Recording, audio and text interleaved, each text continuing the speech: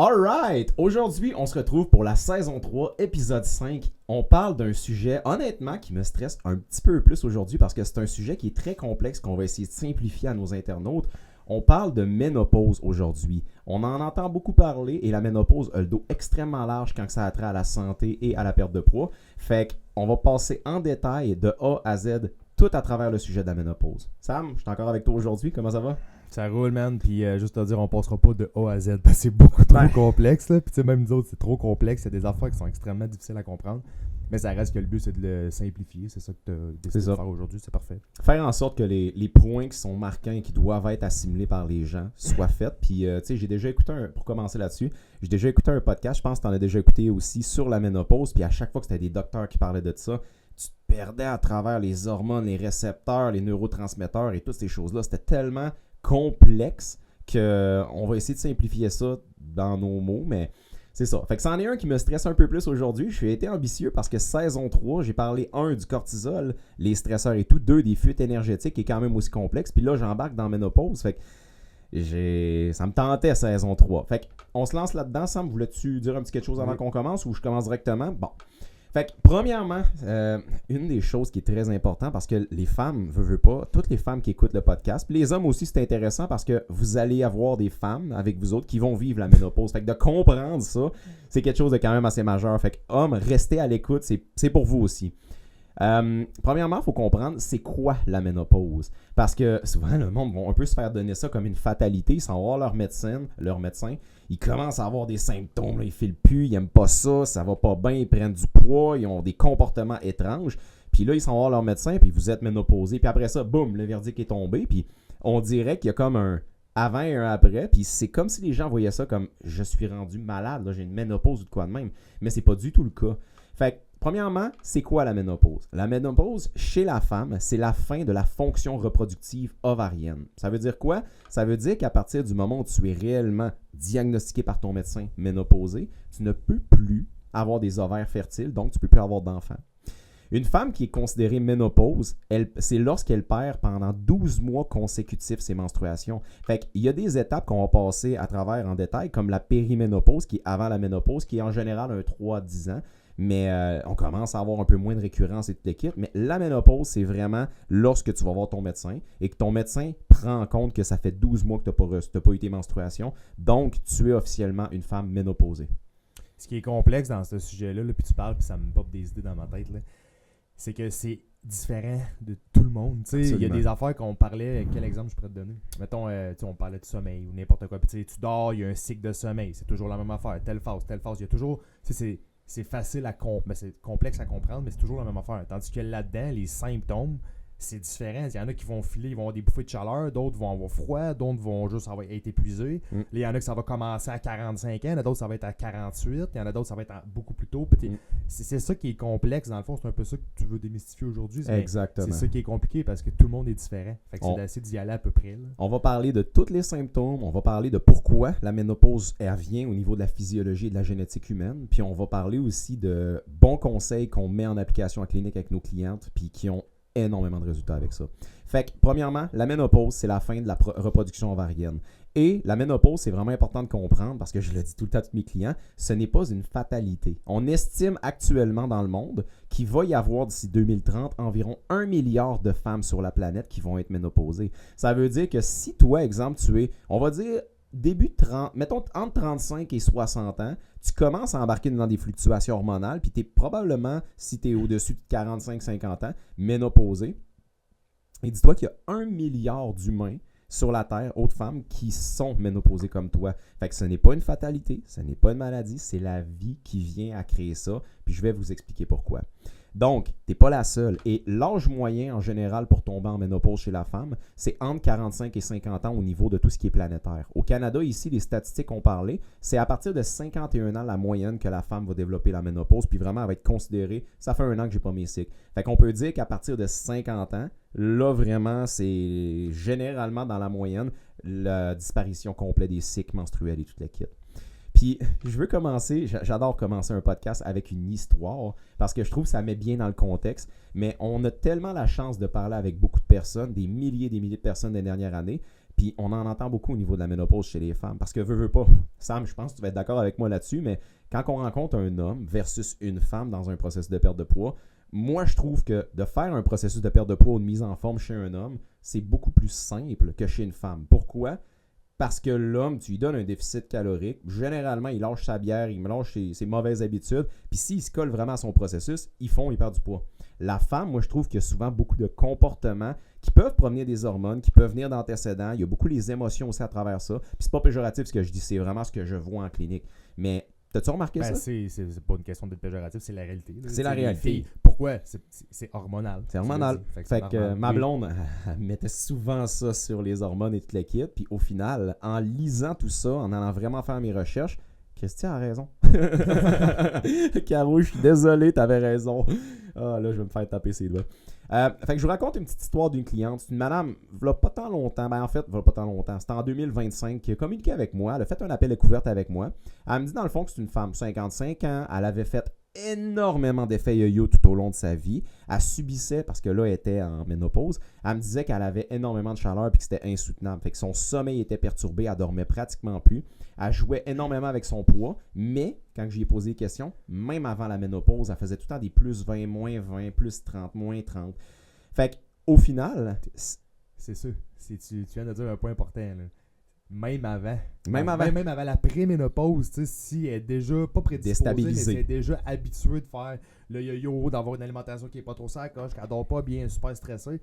Tu t'en parles de ça tantôt, mais quand tu vas arriver dans la pré et ou dans la ménopause, ben ça va être bien plus difficile de passer au travers parce que tu avais déjà un peu ces symptômes-là. Absolument, ça tantôt. Moi, j'ai une petite méthode choc que j'aime là-dessus, mais... Fait que la madame, dans le fond, c'est pas compliqué. Elle me disait que pour elle, puis ça, c'était final là, dans sa perception, c'était impossible pour elle de perdre du poids parce que ses hormones étaient toutes fuckées. Puis c'est ses propres mots. Fait qu'au final, je me suis dit, intéressant. On va faire comme on avait fait avec les 50, 60 autres personnes qui m'ont dit exactement la même chose. Puis ce qui est intéressant, c'est que j'ai ressorti pour préparer ce podcast-là son profil. J'ai travaillé 6 mois total avec elle. Fait que 6 mois consécutifs qu'on s'est rencontrés à chaque mois, qu'on s'est parlé régulièrement. Puis la madame, au final, dans ces 6 mois, ce qui est drôle, c'est qu'elle a perdu 23 livres de graisse. Elle avait une moyenne d'à peu près 3,8 livres de gras par mois. Il y avait des mois meilleurs, il y avait des mois moins bons. Puis à chaque fois que les mois étaient moins bons, c'était pas à cause des hormones, c'était à cause des comportements alimentaires. Ah, il y a eu tel événement, il y a eu tel anniversaire, j'ai pas pu résister aux 8 consommations d'alcool. Ah si, ah ça, il y a eu un voyage. Fait qu'on le voyait que la perte de poids était possible. Et ce qui était intéressant, puis ça, c'est ce que j'ai adoré, elle avait pratiquement plus aucune chaleur, sauf si elle consommait trop d'alcool le soir ou de sucre. Fait que c'est intéressant parce qu'en changeant son mode de vie, en reprogrammant sa perception, en perdant du poids et en ramenant, on va dire, le système de croyance de « Hey, c'est pas les hormones qui t'empêchent de perdre du poids, c'est que t'es pas en déficit calorique réel, tu bouges pas assez, tu manges trop, il y a d'autres choses qui font en sorte que t'es pas capable de prendre ton poids, de perdre ton poids. » Puis le point, moi, qui m'avait fait réaliser ça, c'est la madame, ça faisait genre 30 ans qu'elle faisait des effets yo-yo non-stop. Fait qu'elle se mettait sur une grosse diète restrictive. Elle reprenait toutes ses anciennes habitudes, elle reprenait du poids. Elle se remettait sur une autre diète 1 an plus tard parce qu'elle voulait fitter dans sa robe l'été. Elle refaisait l'effet yo-yo. Fait qu'il y avait beaucoup de choses qu'elle ne comprenait pas. Là, elle le comprend. Puis elle comprend maintenant que les triggers à ses rages, ses chaleurs et tout le kit, c'est le sucre et l'alcool.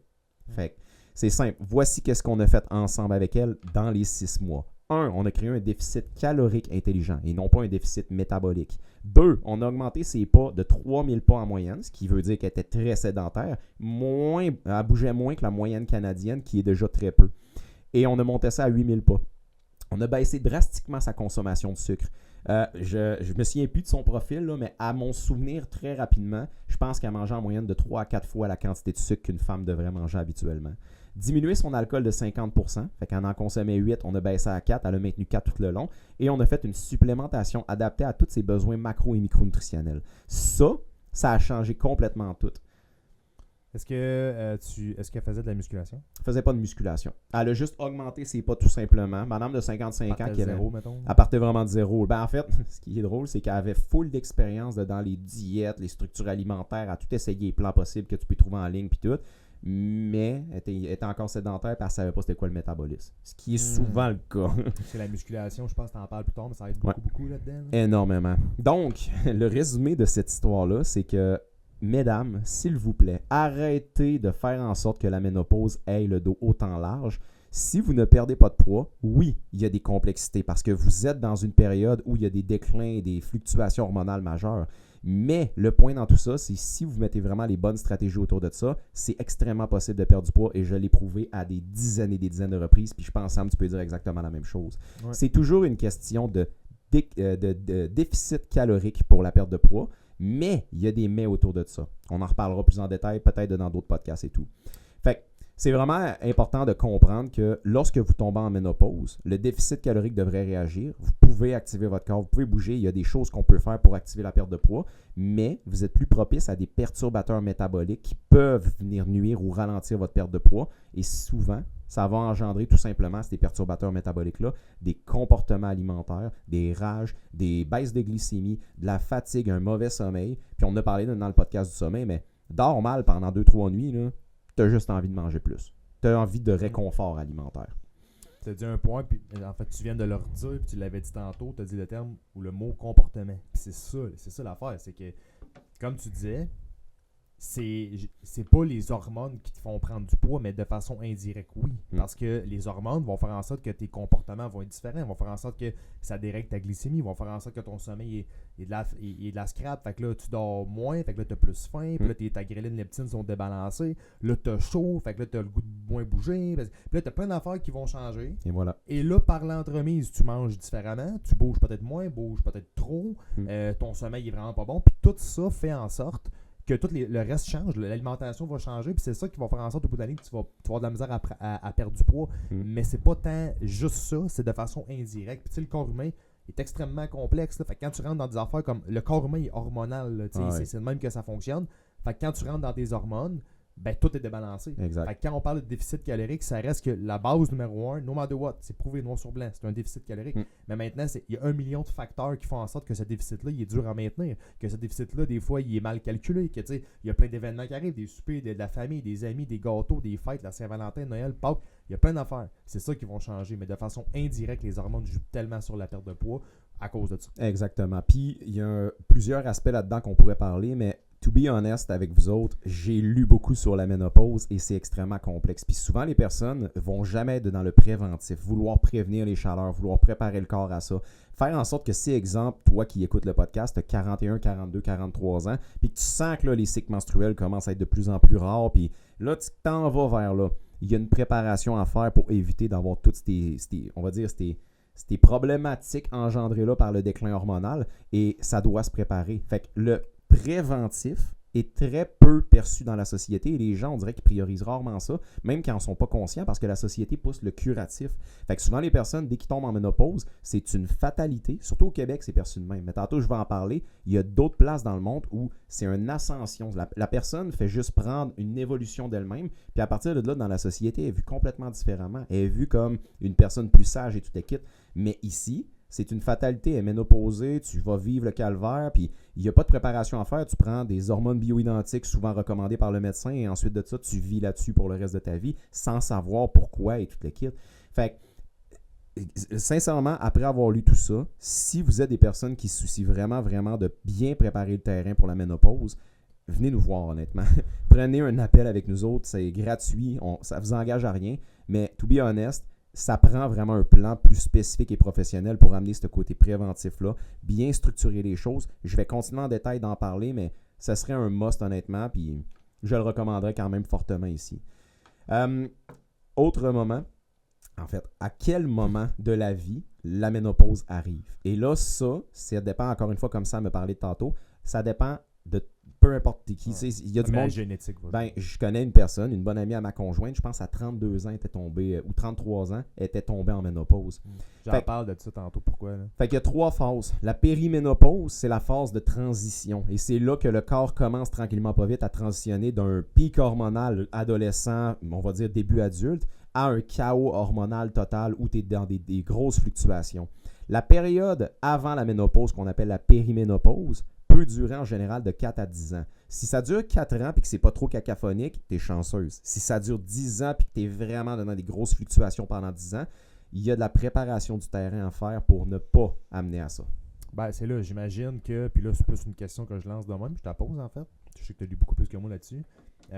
La raison pour laquelle ça va durer 10 ans versus 4 ans, c'est un peu ce qu'on vient de dire. Préparer le le terrain. que si tu as une bonne glycémie, comme tu disais, tu vas parler plus tard, tu gères bien ton stress, tu as un bon sommeil, tu as une alimentation qui a de l'allure, tu manges par rapport à tes besoins, ça risque de durer. En fait, tu vas avoir moins de chances que ça dure 10 ans versus 4. Il y a toujours l'aspect génétique, mais oui, tu mets toutes les chances de ton côté. Ouais, puis même si ça dure 10 ans, les symptômes et toutes les fluctuations vont être vraiment moins pires parce que là, on n'embarquera pas dans le complexe de la biosignature hormonale, mais les xénoestrogènes versus les endoestrogènes, ce que tu produis naturellement et les mimiques estrogéniques externes, la pollution et toute l'équipe, tout ce qui est toxines estrogéniques dans le corps, ça joue un énorme rôle. Fait que tu peux affecter tes hormones puis vraiment faire en sorte d'avoir encore plus de fluctuations à cause d'habitudes que tu vas avoir dans ton alimentation. Un indice de même, par ça, je ne veux pas continuer dans ce sujet-là parce que ça peut aller complexe et probablement que les perturbateurs endocriniens, on va en parler dans la saison, un de mes prochains sujets, ça risque d'être ça.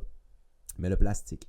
Le plastique, c'est une molécule de phtalate et ça se convertit dans le corps, puis on est tous intoxiqués au plastique. Mais ça se convertit dans le corps en xénoestrogène et ça va vraiment, vraiment affecter les fonctions endocriniennes chez la femme et chez l'homme. Ça stérilise, puis ça va vraiment nuire à, on va dire, l'équilibre estrogénique du corps.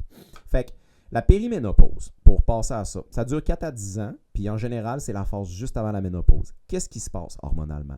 1. Tes ovaires fonctionnent encore. Ça veut dire que le petit œuf, tu le produis encore, puis tu peux encore tomber enceinte. C'est juste que l'ovulation commence à devenir un petit peu plus irrégulière. Fait que là, tu vas commencer à avoir peut-être une ovulation à la place d'en avoir une fois par mois. Ça va aller un petit peu plus loin à travers tout ça. La progestérone, qui est la deuxième hormone, tu vois, l'estrogène et la progestérone. La femme, c'est majoritairement ça qui va réguler le cycle, les hormones et toute l'équipe. La progestérone va chuter en premier et tranquillement, pas vite, tu te diriges vers une très faible production de progestérone qui va encore plus cesser la production des ovaires et de l'équipe. Et les estrogènes, c'est ceux-là les problèmes. Les estrogènes deviennent très instables. Fait que lorsqu'on est en périménopause chez la femme, c'est là où la phase est très instable parce que la progestérone, elle va diminuer graduellement. Fait que tu vas te sentir que ton cycle devient plus lent. La progestérone, c'est elle qui régule en tant que telle la fréquence de tes menstruations puis la fréquence de tes ovaires et tout le kit. Puis l'estrogène joue un énorme rôle au niveau régulatrice systémique dans tout le corps. Fait que l'estrogène, elle peut avoir des up and down du jour au lendemain instantané et c'est ça qui amène le mal-être, on va dire, les chaleurs puis toutes ces choses-là. Parce qu'une journée, tu as une drop majeure. 3 jours, tu as un super gros down au niveau des estrogènes. Puis ça peut fluctuer de même pendant 4 à 10 ans. C'est quand même pas pire, là. Fait que c'est dans cette phase-là de la périménopause qu'on tombe régulièrement en gros dérèglement hormonal. Et c'est cette phase-là que souvent les personnes vont avoir des grosses chaleurs. Puis, tu sais, comme moi, je me souviendrai tout le temps. Ma mère, là, je pense qu'elle est rendue dans la soixantaine. Mais la phase périménopause a été horrible. Elle a été plus difficile pas mal. Là, on voit qu'elle est très, très, très stable. Elle a passé cette phase-là et ces 10 ans-là a été passé, mais elle en a arraché pendant un bon moment. Puis c'était autant au niveau digestif que énergie, que la peau avait réagi, qu'il y avait beaucoup, beaucoup de choses. Puis elle cherchait des solutions. Puis avoir eu ces connaissances-là, il y aurait eu des optimisations alimentaires qu'on aurait pu faire facilement. C'est pour ça que la préménopause, c'est un peu plus difficile parce que ça reste que tu n'as jamais vécu ça. Tu n'as jamais vécu ça? C'est nouveau? La femme arrive là puis elle n'a jamais vécu ces débalancements-là. Quand ça fait 7 ans que tu es en débalancement, c'est pas que c'est mieux, tu es autant pire qu'au début, mais au moins tu sais comment réagir un peu, tu sais qu'est-ce que ça va faire quand ça arrive, tu sais peut-être un peu les symptômes que tu vas avoir avant. Fait que tu es plus habitué. C'est pour ça que la préménopause est souvent pire. Ce que j'avais lu, puis je trouvais ça super intéressant, c'est un peu comme, puis ça dans le domaine de l'entraînement. Là, ça c'est pas nécessairement notre clientèle qui écoute le podcast, ou peut-être, mais mettons que tu prends un homme, puis que l'homme, il a toujours roulé sur de la testostérone naturelle, puis que ça a toujours bien été, il produisait 100 mg par semaine, puis ça allait bien. Puis là, un moment donné, boum, tu y injectes de la testostérone, il veut faire des stéroïdes, il s'en va au gym. Qu'est-ce que tu vas voir, premièrement? C'est que dans les premières phases, souvent, 1, le corps ne comprendra pas nécessairement. 2, il va y avoir énormément de fluctuations hormonales parce qu'il n'est pas capable de... le système nerveux et le système endocrinien n'est pas capable de vraiment s'adapter tout de suite en partant. Et 3, comportementalement, la personne n'a jamais eu de la testostérone comme un cheval ou un taureau. Fait que là, il passe à 10 fois le niveau de testostérone ou 6 fois le niveau de testostérone qu'il devrait avoir. Fait que qu'est-ce qui se passe? Comportementalement, il va avoir des rages, il va avoir de l'agressivité, il va avoir des ups de libido, il va avoir des comportements extrêmement étranges. Ça, c'est chez l'homme lorsqu'on prend, exemple, un homme normal et qu'on y injecte de la testostérone d'un cheval, style.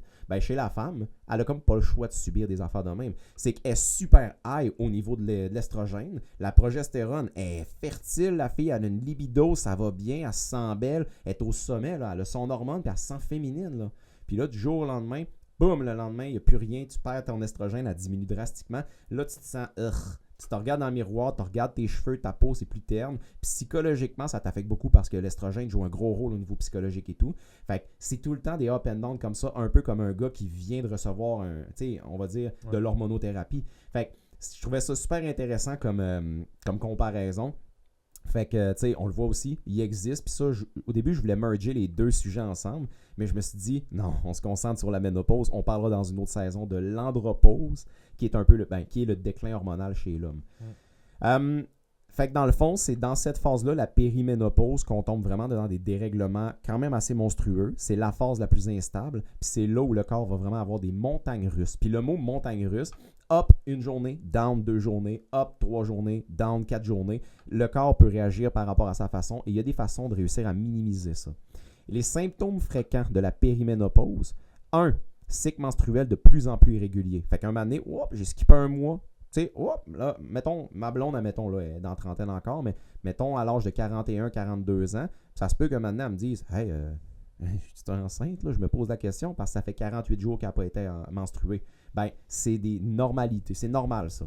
SPM plus intense parce que le corps n'élimine pas à chaque mois puis qu'il commence à avoir des manques de récurrence. Des fois, il peut y avoir un peu plus de volume estrogénique à éliminer par les menstruations. Règles abondantes ou plus longues, c'est pas mal. SPM plus intense, règles abondantes, fait que tu perds plus de sang. Irritabilité et anxiété, c'est normal. L'estrogène joue un gros rôle sur la régulation du système nerveux. Troubles du sommeil, chaleur, ça vient avec. Légère perte de sensibilité à l'insuline. Et ça, on va en parler parce que cette phrase-là que je dis, lorsque on commence à tomber en ménopause, il y a une légère perte de la sensibilité à l'insuline. C'est un mot-clé qui fait toute la différence parce que si on comprend bien ce principe-là, puis qu'on est capable d'éviter cette perte de sensibilité à l'insuline-là, c'est là la clé pour essayer de ne plus avoir de symptômes ou vraiment moins de symptômes. On en reparlera tantôt. Et c'est là que ça commence, des bouffées de chaleur, parce que la progestérone et l'estrogène jouent un rôle sur la thermorégulation du corps. Ça stabilise la température corporelle. Fait que tu tombes dans le froid, ton corps est capable de produire de la chaleur puis il s'adapte. Tu tombes dans le chaud, ton corps est capable de sortir de la chaleur pour se réguler. Quand on baisse tes estrogènes-là, tu tombes dans le chaud, le corps n'est pas capable de se réguler, tu tombes hyper chaud, puis là, tu commences à faire de la sudation et de liquide. C'est quoi ça? J'ai jamais eu ça en 40 ans, puis là, ça commence. Fait que les gens sont déboussolés complètement. La deuxième phase, c'est la phase de la ménopause, après 12 mois consécutifs sans menstruation, et ça, c'est diagnostiqué par le médecin. Fait qu'il y a du monde qui vont vraiment se dire « Hey, moi, je suis ménopausé. » OK, ben, tu viens de me dire que là, 3 mois, tu avais tes menstruations. Ah, ben, je t'en pré-ménopause. Va voir ton médecin. Puis, tu sais, c'est le médecin qui va dire. Fais-toi traquer, puis vraiment, ne dis pas que tu es ménopausé. C'est le médecin qui va le déterminer sous diagnostic. Et c'est toujours, ça fait combien de mois que vous n'avez pas été menstrué? 12 mois. T'es ménopausé. Qu'est-ce qui se passe au niveau de la ménopause spécifiquement? Et là, on embarque dedans. 1. Hormonalement, les ovaires cessent pratiquement à 100% de fonctionner. Ils sont pas jamais à 100%, à part vraiment très, très vieux, mais ils commencent à vraiment diminuer leur fonction, puis le corps commence à comprendre que hey, je ne suis plus dans une phase de procréation. C'est plus l'objectif. Chute majeure des estrogènes. Ça veut dire que là, on n'est plus en va-et-vient estrogénique. On n'est plus en montagne russe. Drop majeur. Fait que le corps doit réagir à une hormone qui a été présente dans son corps pendant 45-50 ans, puis là, boum, ça drop. C'est là que tu vois que c'est un feeling que j'ai, plus une hypothèse encore une fois, mais la préménopause est pire. T'es quasiment mieux d'avoir une drop et de comprendre, puis au pire d'aller faire de l'hormonothérapie que genre tu sais pas quand il va être élevé, quand il va être. C'est exactement. Ben, il y a de ce que j'avais pu lire, mais ça, je m'y connais pas tant. Fait que prenez pas à 100% pour acquis tout ça, mais de ce que j'ai pu lire, il y a des médecins qui vont recommander de l'hormonothérapie en périménopause pour essayer de contrer les effets. Puis, dans le fond, le principe même d'une molécule exogène comme ça, ce serait un peu comme un antidépresseur. Ça normalise certains neurotransmetteurs. Fait que ça t'amène à un niveau, un seuil qui va moins avoir de symptômes. Ton corps, après ça, il peut quand même continuer d'en produire par-dessus puis tout. Mais ça va comme envoyer un message à tes récepteurs pour dire à ton corps « Hey, ça, c'est le niveau d'estrogène et de progestérone qu'on veut avoir. » Fait que ça calme le système. Il y a des effets secondaires, ça très peu parlé. On n'en parlera pas aujourd'hui, c'est pas l'objectif. Mais c'est ça. Souvent, c'est en périménopause qu'ils vont faire ça. Fait que les ovaires cessent pratiquement de fonctionner.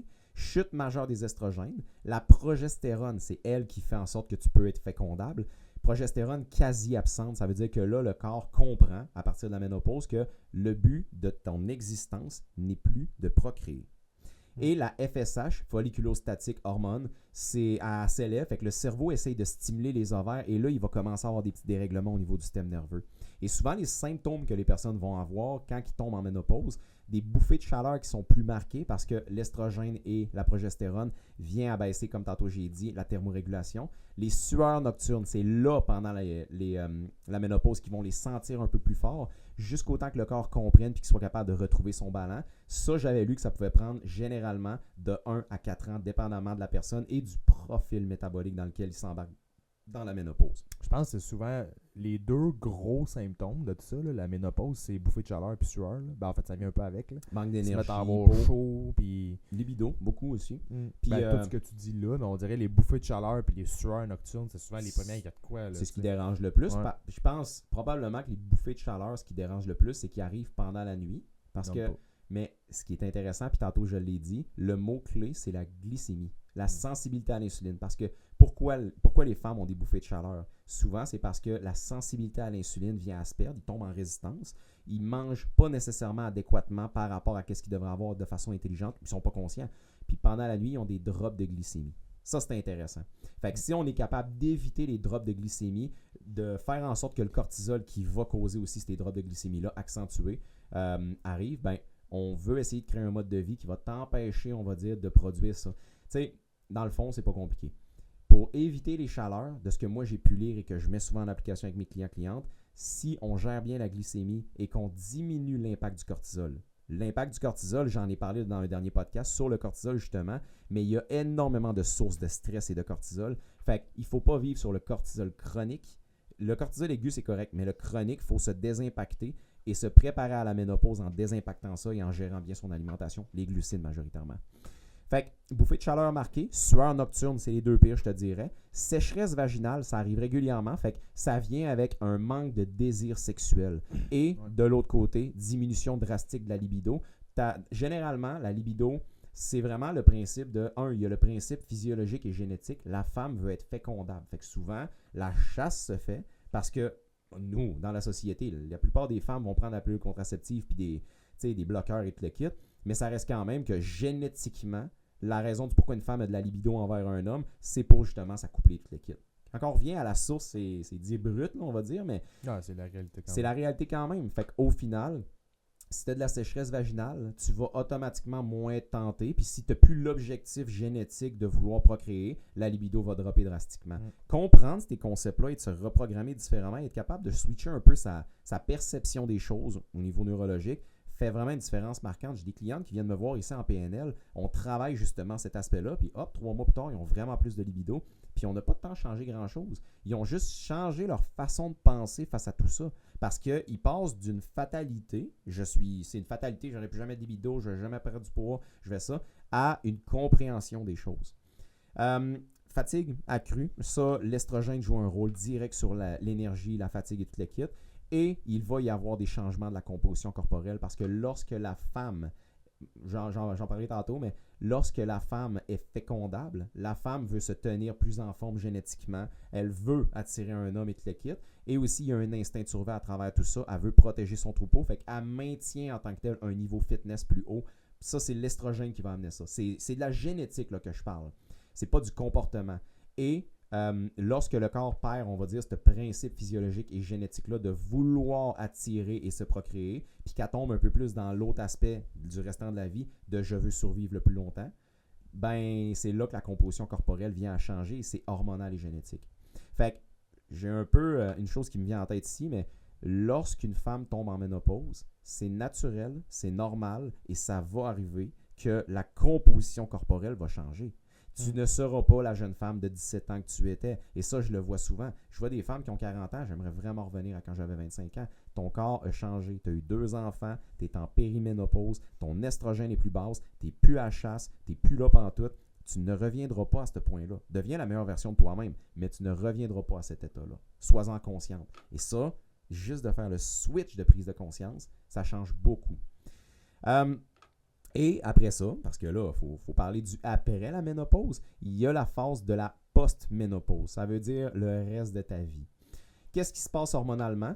Là, après avoir passé à travers la cascade de la ménopause, les estrogènes sont bas. Ils sont plus dans l'instabilité constante. Ça veut dire que là, tu commences à ravoir un peu plus de qualité de vie parce que tu n'es plus dans des chaleurs, des up and down, tu n'es plus dans l'inconnu. Le corps, le système nerveux, le système humain s'adapte à sa nouvelle réalité et un moment donné, là, les hormones, les neurotransmetteurs, le cerveau commence à connecter puis à se dire « Je comprends la nouvelle réalité ». Je vais arrêter d'être trop excité, énervé, tout le kit.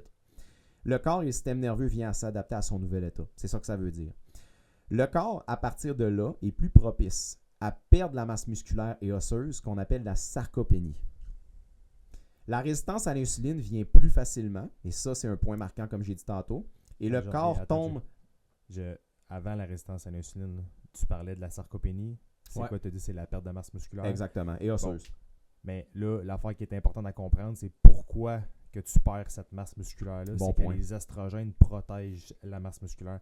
Puis je sais plus, je pense qu'on avait fait c'est avant, tantôt le podcast qu'on parlait de ça. Puis tu sais, beaucoup de gens ont peur des estrogènes, genre femmes et hommes. Surtout les hommes, en fait. C'est comme, on veut pas d'estrogène, on veut rien. Mais les estrogènes, comme un peu quand on parlait dans le podcast du cortisol, là, on a toute peur du cortisol quand il est chronique. Mais à la base, le cortisol il est nécessaire à la vie. Même chose avec les estrogènes, ils protègent la masse musculaire. Puis pourquoi? Les estrogènes protègent la masse musculaire parce qu'ils favorisent la synthèse des protéines, qu'on appelle l'anabolisme. Améliorent la sensibilité à l'insuline. Fait que tu sais, tantôt, quand tu disais que ça réduit la sensibilité à l'insuline, tu as plus de chances d'avoir des cascades. Là, ça vient de là aussi. C'est que si tu réduis ton niveau d'estrogène, tu as une moins bonne sensibilité à l'insuline. Fait que tu as plus de chances de moins bien assimiler ce que tu vas manger. Puis la prise de poids peut aussi provenir de là en partie. Réduisent l'inflammation, soutiennent la régénération des fibres musculaires dans le muscle et limitent la dégradation musculaire. Après la ménopause, leur chute diminue la capacité du corps à construire et à réparer le muscle, augmente la résistance anabolique et accélère le risque de perte de masse et de force musculaire. Quand même intéressant. Bref, c'est un peu comme la testostérone, mais chez la femme. Tu veux... Ouais, il y en a aussi, la femme, de la testostérone, ou les femmes. Mais les estrogènes vont permettre de protéger cette masse musculaire-là. Mais la testostérone, c'est sûr, c'est beaucoup plus puissant que ça. Puis, refaire un petit récapitulatif, parce qu'on en a déjà parlé dans des anciens podcasts, mais la résistance à l'insuline et la sensibilité à l'insuline. Dans le fond, c'est la capacité au corps de pouvoir bien absorber, on va dire, utiliser son énergie. Fait que l'énergie, c'est les glucides, c'est le glucose dans le sang. Que tu manges des protéines, puis que tu manges trop de protéines, puis que ton corps ne peut plus en absorber plus, puis que tu continues d'en manger, il va prendre ce surplus de protéines-là non assimilables, le convertir par néoglycogénèse et faire en sorte que ça devienne de l'énergie, du glucose. Même affaire avec les lipides, puis le sucre, les glucides, les pains, pâtes, patates et tout, c'est du glucose dans le corps. Fait qu'au final, tout est source d'énergie lorsque c'est pas assimilé comme des protéines, des lipides. Et la sensibilité à l'insuline, c'est ce qui fait pénétrer ça à l'intérieur de tes cellules pour faire la mitochondrie puis faire l'énergie tout simplement. Fait que plus tu es sensible à l'insuline, plus lorsque tu manges de l'énergie, tu vas l'utiliser comme source d'énergie. Plus tu es résistant à l'insuline, plus tu vas prendre cette énergie-là et pas savoir quoi faire. Fait que souvent, il va y avoir des fuites énergétiques, la glycémie va s'élever parce que le sucre reste dans le sang, et le corps, à ce moment-là, qui ne peut pas bien l'utiliser, va créer des fois une résistance à l'insuline accrue. Et là, à ce moment-là, il va avoir tendance à le placer plus facilement sous forme de graisse parce que le corps est dans des fuites énergétiques et des fuites d'assimilation et métabolique et tout. Tu as l'inflammation aussi qui rentre là-dedans. Parce que c'est des cascades hormonales, exact. Fait que je voulais juste respécifier ça parce que la sensibilité à l'insuline, c'est la clé. C'est la clé pour bien gérer la ménopause et les symptômes de la ménopause. Et la résistance à l'insuline, c'est le démon. On ne le veut pas. Le corps tombe au niveau de la post-ménopause, le corps tombe dans un état plus propice à la prise de poids et à la production chronique de cortisol. Deuxième mot-clé ici, cortisol. Honnêtement, les deux, résistance à l'insuline et cortisol, c'est les deux choses que vous devez apprendre à gérer si vous êtes dans de l'instabilité hormonale et que vous n'aimez pas votre ménopause, votre périménopause en ce moment. Oui, pour ceux qui sont là. Puis avant de ça. Avant. On va en parler tantôt, mais avant. Ouais. On prépare le terrain, c'est très important. On se pose souvent la question, si boire, c'est con à dire, mais j'en entends trop souvent ça. Du monde qui ont, exemple, déjà eu un cancer, puis ils pensent qu'ils ont attrapé un cancer. Ça se pogne pas comme un papillon qui te rentre dans le nez. Là. Ça se développe pendant 20 ans dans ton corps, puis à un moment donné, boum. Mais ça fait 20 ans qu'il y a des dysfonctions, qu'il y a de la toxicité, qu'il y a des choses qui se passent dans ton corps, puis que ton corps t'envoie probablement des signaux, mais que tu n'es pas à l'écoute du préventif, tu es dans le curatif. C'est la même chose avec la ménopause. Il va y avoir la ménopause chez toutes les femmes qui écoutent le podcast. comment vous préparer. Est-ce que vous allez juste être réactif, rendu à 50 ans quand vous allez être en douleur et le kit, ou vous décidez de vous prendre en main et de réellement écouter votre corps et les besoins du corps et de les mettre en application. C'est ça qui est important, le préventif, mesdames et messieurs aussi. Parce que les messieurs, vous avez l'andropause. Non, monsieur, tu ne tomberas pas en ménopause. Non, tu ne tomberas pas en ménopause. Andropause. Puis ça, honnêtement, ça a d'autres cascades. Ça serait un bon sujet à parler, mais je pense que c'est quand même... c'est genre, je m'y connais pas énormément, mais ça reste que je suis quasiment certain que c'est moins complexe qu'une ménopause. C'est moins complexe. C'est complexe. C'est moins complexe, mais les hommes, je le sais que les femmes, c'est parce qu'ils en parlent. Ils sont, tu sais, il y a beaucoup de sujets autour de la ménopause. C'est plus un peu tabou, genre. Là, ben, en fait, je te dirais probablement qu'il y a un bon 70% de la population qui ne savent même pas que ça existe. Fait qu'un moment donné, tu as un gars de 45 ans, tabarnache, j'ai plus de libido, il peut plus faire l'amour à sa femme, puis le quitte. Puis là, un moment donné, Caroline, là, il commence à partir dans sa tête. Puis là, un moment donné, il perd de la masse musculaire. Il arrive à 55 ans. Il est rendu à 96% de masse musculaire squelettique. Mais t'as dit le point. Moi, j'ai l'impression que beaucoup, c'est la libido. C'est sûr. Tu sais, t'arrives à 50 ans, puis ta libido, elle chute. Tu sais pas trop le dire que ça chute. Fait que tu essaies de trouver des façons, mais tu sais, un homme n'aime pas ça, dire ça, en général. Fait que versus la femme, on dit c'est normal d'être en ménopause. C'est peut-être là la différence. Parle de menstruation, même à la limite de caca et de ménopause, hormones avec les femmes, super à l'aise. Arrive à un homme, pose un petit questionnaire santé, là. As-tu une baisse de libido ou as-tu des troubles érectiles? Il recule, il se croise les deux bras, il te regarde et il dit non. Okay, c'est complètement différent.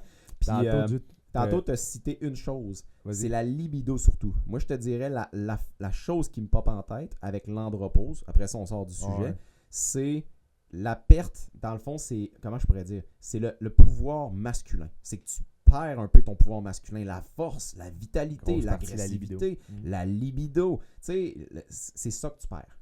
Fait que, un peu comme la ménopause, la femme perd un peu son côté féminin, ses courbes, c'est tout ça, là. Son attraction au lion, là. Hein. Tu as parlé au début du podcast, je pense, des... En fait, as-tu parlé de ça, l'affaire d'une cliente qui était venue voir qui était en ménopause, mais trop vite? Écoute, non, mais j'ai une amie à ma blonde qui est tombée en ménopause, je pense, à 32 ou 33 ans. Bon, ben, check, c'est là un peu le point que je veux m'aligner. Pourquoi les femmes tomberaient plus vite en ménopause? Ou en pré-ménopause, c'était la pré-ménopause puis la ménopause. Ouais. Mais tu avais justement ton histoire de cliente, qui n'est pas une cliente, mais qui est une amie à... C'est quoi? C'est qui t'as dit? Ouais, c'est l'amie à ma blonde. Bon, l'amie à ta blonde. Facteurs génétiques, antécédents familiaux, bon, ça paraît comme dans n'importe quoi, il y a de la génétique. Réserve ovarienne naturellement faible. Certaines femmes naissent avec moins de follicules et atteignent l'épuisement plus tôt. Maladie auto-immune, le système immunitaire peut attaquer les ovaires et diminuer leur fonction. Chirurgie ovarienne répétée ou ablation d'un ovaire, perte directe du tissu ovarien fonctionnel. Genre des ovaires polykystiques et tout le kit. Ah, ça joue beaucoup. C'est ça. Puis rendu avec 40 ovaires polykystiques autour de tes ovaires, on te chope ça, puis voilà. Le syndrome d'ovaire polykystique vient habituellement dans, je pense, c'est comme 70 ou 80% des cas avec une résistance à l'insuline. Et voilà. Donc on faisait un lien, là, mais la chimiothérapie, radiothérapie, tabagisme, etc., le stress chronique peut jouer beaucoup, ou un déficit énergétique important. On parlait d'un déficit métabolique. Donc, si tu manges vraiment, vraiment focal par rapport à tes besoins, tu peux développer cette préménopause plus vite. Ouais. Tu peux bloquer l'axe hormonal, provoquer une absence de règles qui imite une préménopause. Puis, sinon, des troubles endocriniens ou des troubles métaboliques non contrôlés. Mais le mode de vie va jouer beaucoup là-dessus. Il peut avoir de la génétique, mais ton mode de vie va jouer beaucoup pour la raison si jamais tu tombes en ménopause ou en préménopause, en fait, c'est tout le temps ça le terme, à 34 ans, mettons, au lieu de 45. Là. Ben, en fait, si on regarde, mettons, puis je n'aimerais pas le nom par confidentialité, mais quand on regarde, mettons, la situation de l'amie à ma copine, elle, dans le fond, c'était alcoolisme. Et ensuite de ça, pendant longtemps. Et ensuite de ça, il y a eu résistance à l'insuline, prédiabète qui a embarqué, fort surpoids pondéral et surtout abdominal, fait que beaucoup de gras viscéral, probablement déshydratation. Fait que le corps était dans des désordres métaboliques sévères pendant tellement longtemps. Puis j'aime expliquer ça à mes clients. Souvent, quand une personne va venir me voir, puis qu'exemple, on le voit sur la bioimpédance. La bioimpédance détermine qu'elle a une déshydratation chronique sévère. Là. Elle est vraiment fortement déshydratée par rapport à tout son poids du corps, comme on avait parlé avec l'eau. Ben, cette personne-là, peut-être que si, admettons, j'ai 4 clientes qui viennent me voir avec la même situation, le même poids, les mêmes affaires, il y en a une que ça va être le système nerveux et des ondes métaboliques qui vont être affectées. Il y en a un autre, c'est les hormones. Elle va être complètement déboussolée hormonalement, elle va commencer à périménopause puis tout le kit. Il y en a un autre, ça va être la digestion, elle va être bloquée complètement. Puis il y en a un autre, ça va être la peau à des boutons partout. Mais les 4 ont toutes une même déshydratation. Il y a des antécédents, il y a un mode de vie, il y a des choses à prendre en compte là-dedans. Mais à la source, il y a un gros principe de déshydratation chez ces personnes-là.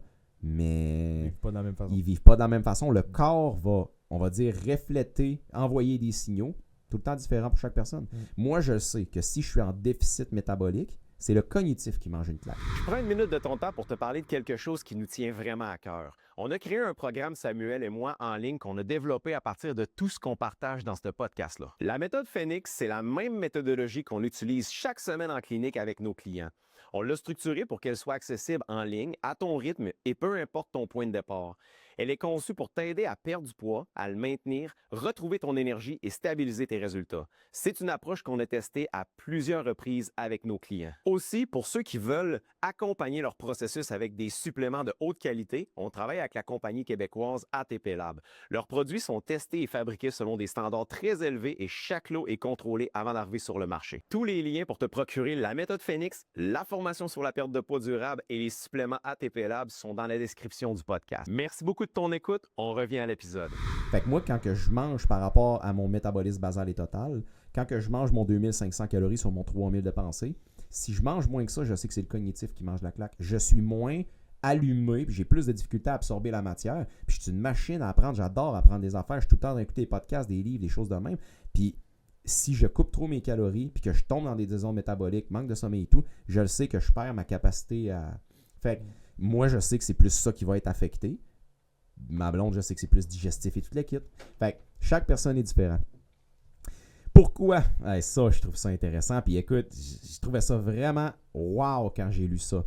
Pourquoi la femme doit vivre la ménopause? En fait, pourquoi la femme et l'homme vivent la ménopause et l'andropause? C'est vraiment intéressant. Lorsque la femme tombe adulte, ça veut dire aux alentours d'un 30-45 ans, mettons, on va dire entre 18 et 25 ans, la priorité génétique et physiologique de son corps est la reproduction.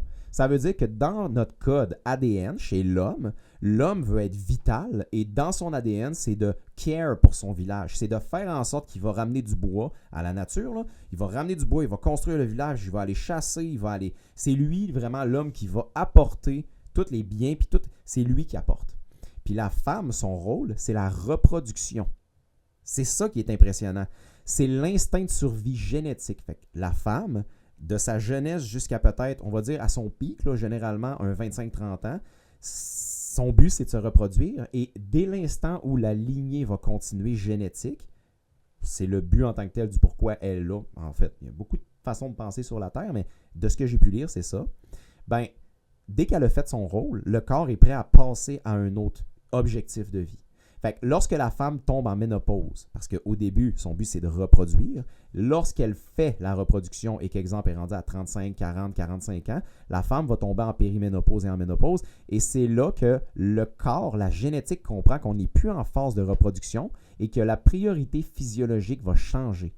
Et la reproduction tombe secondaire et va mettre en priorité la survie et la protection neurologique long terme. Ça veut dire que là, à partir de maintenant que les enfants et que la reproduction a été faite, le corps va changer le système nerveux et le profil hormonal pour s'adapter et dire maintenant, je veux vivre le plus longtemps pour vivre avec mes enfants, pour me protéger, pour survivre. C'est capotant quand même. Fait que c'est un instinct de survie du corps génétique pour t'adapter, parce que maintenant, c'est plus le temps de procréer, c'est fait, tu l'as eu ta phase. Si tu n'as pas profité, tu n'as pas profité, tu n'as plus de chance maintenant, tu n'es pas là.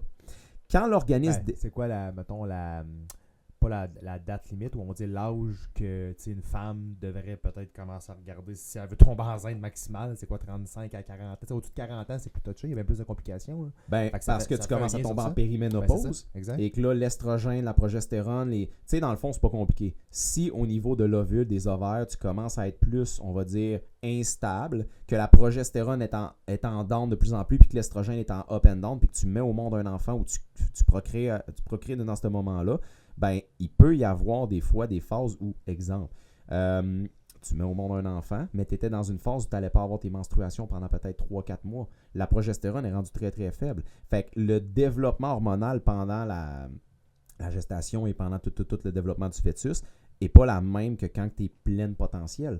Fait qu'il y a plus de chances de complications, de désordre chez l'enfant, de malformation et de tout le kit, parce qu'elle n'a pas accès au même profil hormonal et la force de l'ovaire n'est pas le même.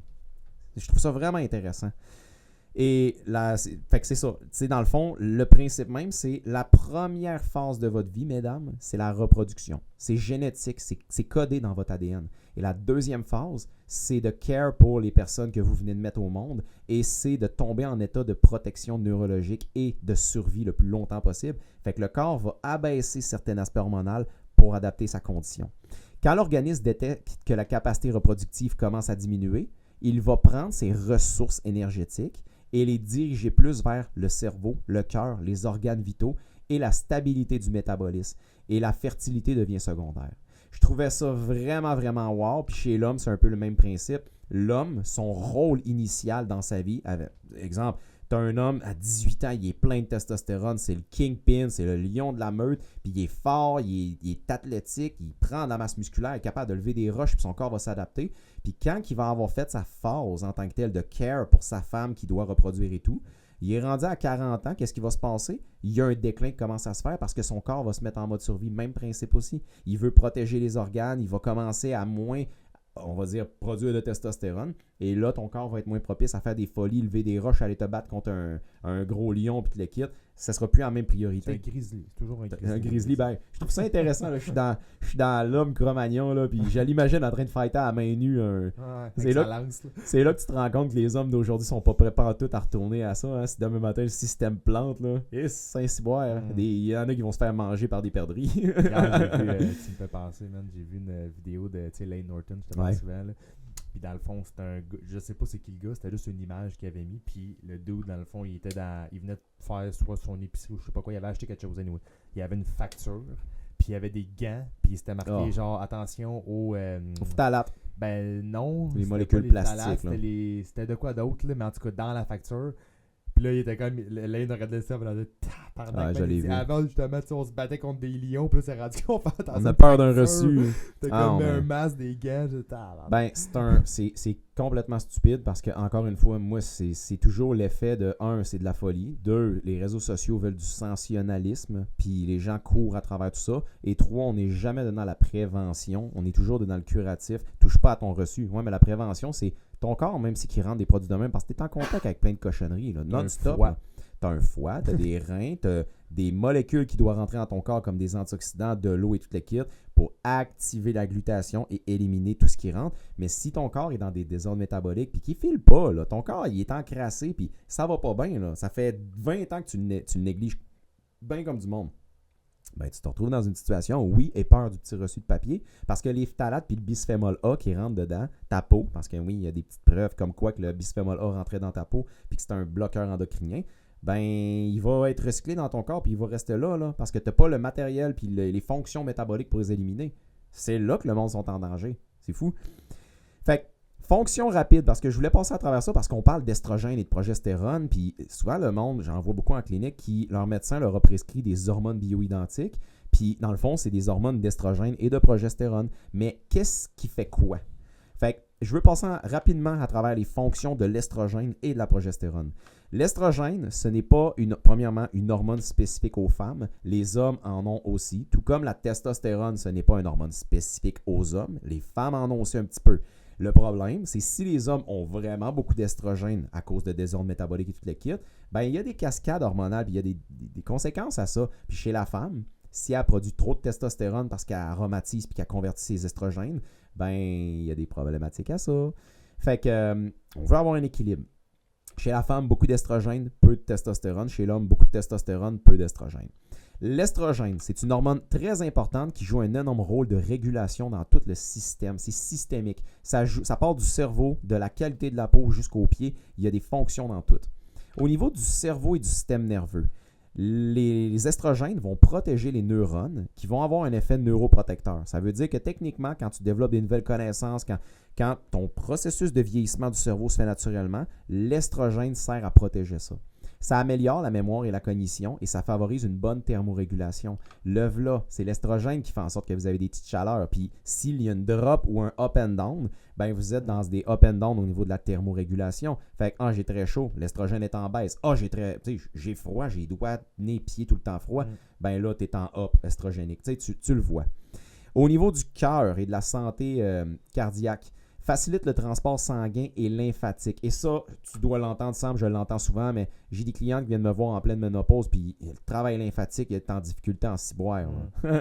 Hey, je fais de la rétention d'eau, je suis enflé, j'ai mal là, check-moi ça, la rétention d'eau, puis ils prennent 10 livres en 2 jours en mangeant, mais encore une fois, il y a une façon de pouvoir travailler ça. Protège l'enveloppe du cœur, améliore le profil lipidique. Donc, oui, mesdames, si vous êtes en ménopause, puis ça c'est prouvé, le profil lipidique, donc le cholestérol, les HDL, High Density Lipoprotein puis Low Density Lipoprotein, vont être plus propices à être en débalancement. Est-ce que vous allez avoir des problématiques parce que c'est une fatalité puis vous êtes en ménopause? Absolument pas. Ce n'est pas une fatalité. Mais si votre mode de vie était déjà précurseur à une augmentation des mauvais cholestérols et à une diminution des bons, et si vous étiez en résistance à l'insuline, et si vous êtes 80 livres en surpoids, déshydraté, inactif, puis que ça ne file pas, ben oui, vous allez vraiment être plus à risque au niveau de cholestérol, crise de cœur et tout le kit. Au niveau osseux, empêche la perte de masse musculaire, tantôt on en parlait. Au niveau métabolique, améliore les estrogènes, la sensibilité à l'insuline. Ça veut dire que ça facilite la consommation et l'utilisation de l'énergie que vous consommez. Vas-y. Tu as dit empêche la masse musculaire, mais osseuse aussi. Ah, ben majoritairement, ouais, c'est ça. C'est la perte de masse osseuse. Des masses maigres, mettons. Ouais, empêche la perte de masse maigre, c'est vrai. Ça va être mieux ça. Au niveau métabolique, je retourne. Fait améliore la sensibilité à l'insuline, l'utilisation de l'énergie et influence la distribution du gras, hanches et cuisses. Et ça, on va en parler tantôt. La progestérone, ça, c'est l'hormone féminine. L'homme en veut pas. Puis c'est l'hormone féminine par excellence pour la préparation et la reproduction. C'est cette hormone-là qui fait en sorte que vous allez pouvoir mettre au monde un petit bébé. Fonction majeure, au niveau du système nerveux, ça l'aide à réguler le stress et à avoir une belle flexibilité au stress. Ça veut dire que la progestérone, lorsqu'elle est en chute majeure, on va dire, vous allez avoir un moins haut seuil de tolérance au stress. Le corps va réagir peut-être plus à certains stresseurs. Et ça a tendance à stabiliser l'humeur et le système nerveux. Fait que si un matin, vous vous réveillez, puis vous êtes en plein dans la ménopause, puis que là, le déclin de la progestérone commence à arriver, puis que là, ça drop. Puis le mode de vie n'est pas nécessairement optimal autour de ça, puis vous avez envie d'arracher la tête de votre chum, là, pensez progestérone. Thermorégulation augmente légèrement C'est ça tantôt qu'on dit. Imagine-toi si t'es déjà super stressé dans plein d'affaires, t'arrives là, la progestérone elle chute, puis là t'es encore plus stressé parce que ça l'aide à stabiliser le système nerveux puis l'humeur. Absolument. C'est la clé en fait. C'est vraiment la ménopause, c'est quelque chose que vous devez préparer. Simple de même. Et la plupart du temps, les gens vont plus préparer un voyage à Cuba ou à Punta Cana que leur ménopause, qui va être le reste de leur vie. C'est fou comment que quand tu réfléchis à ça, puis tu regardes en hauteur, là, vraiment tout, comment que la population fonctionne majoritairement, on n'est pas du tout dans le préventif. Les gens ne sont pas conscients. Leur corps, ils peuvent rentrer des Big Mac, des produits chimiques, de la liqueur, des choses de même. Puis souvent, les gens ne sont même pas conscients. Mais je pense que tu vas en parler dans l'autre podcast. Prends une multivitamine, il va avoir full de reflux. La population a peur. Prends 4 Tylenol dans ta journée parce que tu as mal à la tête. Ben, ça, c'est normal. C'est fou, là. Ah, c'est hallucinant. C'est hallucinant. Quand tu regardes ça, là. Puis la progestérone a un dernier rôle, la protection endométriale, ça veut dire que ça prépare et ça protège l'utérus lors d'une grossesse et en préparation à une grossesse. Fait que techniquement, la progestérone, elle drop complètement pendant la ménopause, puis après la ménopause, la phase pour le reste de votre vie, vous en produisez plus. Fait qu'en tant que tel, l'utérus n'a plus besoin de se protéger ou vous avez plus de grossesse. Fait que vraiment intéressant, c'est les fonctions de l'estrogène et de la progestérone. Je vous dirais 90% de ce que j'avais lu, 90% des problématiques, c'est l'estrogène. C'est elle la grosse problématique. Et c'est là que j'aurais pu en parler, mais ça aurait pris peut-être 20-30 minutes de plus. On n'aura pas le temps dans le podcast, mais j'aurais voulu parler des endoestrogènes, ce que le corps produit naturellement, et des xénoestrogènes. On en parlera d'un perturbateur endocrinien. Probablement que je vais passer ce sujet-là dans un autre épisode de cette saison-là. Ça va être un bon sujet sur les perturbateurs endocriniens. Tantôt, tu as glissé rapidement le mot de l'hormonothérapie. Là, je vais revenir là-dessus. Juste avant d'aller là, j'avais écouté, puis là, thumbs up à ce podcast-là, mais j'avais écouté un podcast avec la docteure, c'était Gabrielle, je pense que j'ai Gabrielle Landry, mais je ne suis même pas sûr. Ce sera. Ce sera Gabrielle Landry. Ouais, c'est ça. Mais il me semble que c'est Gabrielle Landry. Elle est à Montréal, si je ne me trompe pas. Je la connais pas, là, personnellement, je ne sais pas. Mais elle avait décortiqué justement tout ce qui est, dans le fond, est spécialisé en hormones chez la femme. Puis elle avait décortiqué justement l'hormonothérapie, puis je trouvais ça super intéressant. Puis un des points gros qu'elle disait, puis j'étais comme, ok, ouais. Elle disait, les femmes ont peur. En fait, ils n'ont pas peur nécessairement d'embarquer là-dessus, c'est qu'ils ont peur de dire qu'ils font ça. Tu sais, comme, je prends des hormones. Ouais, mais c'est correct, c'est pas grave. L'hormonothérapie, c'est normal, ça peut arriver, puis même ça peut être une super belle option pour plusieurs femmes. Je dis pas nécessairement tout le monde d'en faire, mais ça peut être intéressant de regarder. Et l'hormonothérapie, qu'est-ce que ça fait? Ça consiste à remplacer les estrogènes, comme tu parlais tantôt, qui diminuent lorsque les ovaires ralentissent ou cessent leur fonction, ou si la progestérone au besoin selon chaque femme. Elle stabilise le système nerveux et vasculaire, diminue les bouffées de chaleur, les sueurs nocturnes, améliore le sommeil, l'humeur, probablement la sensibilité à l'insuline, le cortisol, tout ce qu'on disait tantôt, dans le fond, ça stabilise tout ça. Puis ça l'aide, tu venais de le dire, à protéger la masse osseuse, donc probablement la masse maigre, masse musculaire, à limiter l'accélération de la perte musculaire. Quand utiliser l'hormonothérapie au besoin, puis allez voir votre médecin évidemment, elle est indiquée en cas de bouffée de chaleur intense, insomnie liée aux hormones, humeur instable, sécheresse vaginale, inconfort, tout ce que tu as comme symptômes que tu disais tantôt. Si jamais ça persiste, puis malgré tes changements de mode de vie, parce que même si tu manges bien, puis tu dors bien, puis tout le kit, puis tu as de la misère à passer au travers, ça pourrait être intéressant peut-être d'aller voir ton médecin pour regarder ça. Elle peut être utilisée en prévention également de l'ostéoporose chez une femme à risque élevé, recommandée en cas d'insuffisance ovarienne, prématurée pour protéger les os, le cœur, le cerveau.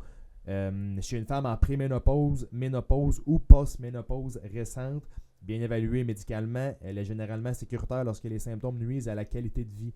Ce n'est pas automatique ni à vie, c'est un outil qui peut être intéressant, dans le sens que tu n'es pas obligé, mais pour certaines personnes, ça peut être intéressant. Est-ce que si tu commences ça, tu n'es, je ne vais pas dire pogné, on va dire entre guillemets à vie, mais tu n'es pas obligé de prendre ça à vie. Il y en a qui vont le prendre pendant très longtemps, il y en a d'autres que ça va être très très court, mais si jamais c'est quelque chose, tu es comme, hey, ça pourrait être intéressant, va voir avec ton médecin de l'hormonothérapie, ça peut être intéressant. Très intéressant, puis souvent ce que j'aime dire à mes clients, c'est, je m'en rends compte beaucoup en clinique, ça se prépare comme tantôt on a spécifié, la ménopause. Fait que si, exemple, une femme a 30 ans, 35 ans, 40 ans, 42 ans, 43 ans, préparez le terrain, changez vos habitudes, perdez votre surplus de poids, hydratez-vous bien, faites de l'activité physique, préparez les habitudes pour votre avenir, puis faites en sorte de taper le terrain pour avoir un bel avenir en santé vitale avec pas trop de problématiques. Ça se prépare en alimentation, en mode de vie, tout le kit.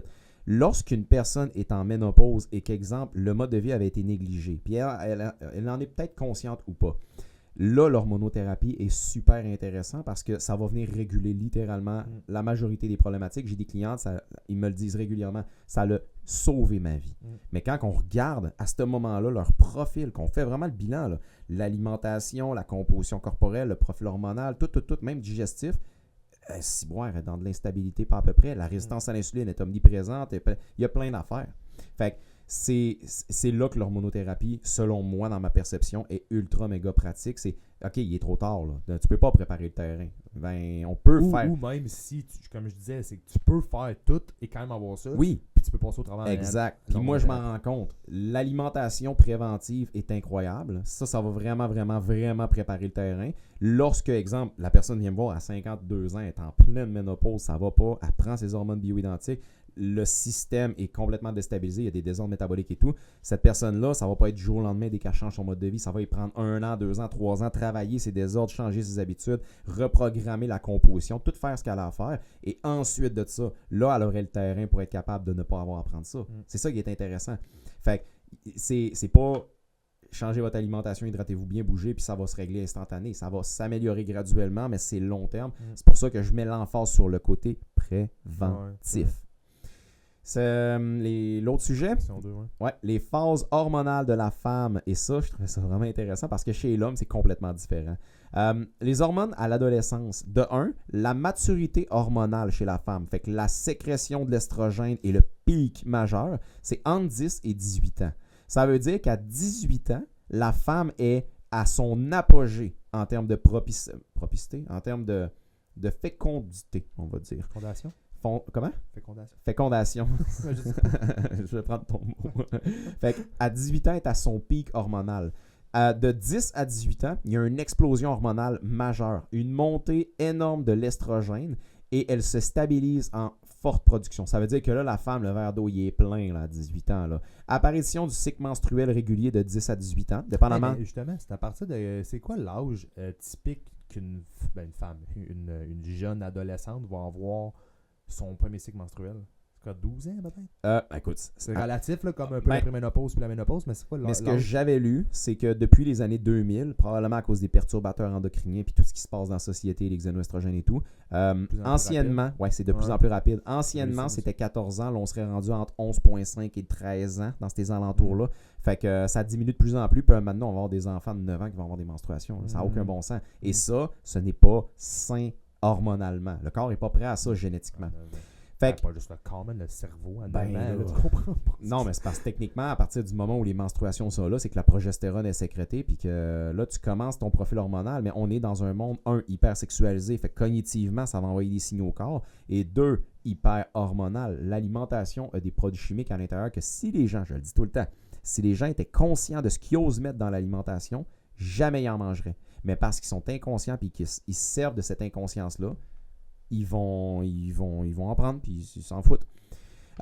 Fait que c'est à partir de l'adolescence de 10 à 18 ans qu'il y a une montée majeure de l'estrogène et ça se stabilise très haut. Apparition du cycle menstruel régulier, développement des seins et des caractéristiques féminines, redistribution des graisses. Et ça, c'est un aspect de composition corporelle pour attirer le mâle. C'est spécial à dire, mais la femme va accumuler plus au niveau du sein, au niveau des fesses et tout le kit, les hanches. Puis c'est là vraiment qu'elle va tomber en puberté et la montée hormonale se fait. Et dans le fond, la ménopause, c'est vraiment la descente hormonale. Fait qu'il y a une phase de montée dans votre vie. C'est là où la phase de fécondation, accouplement.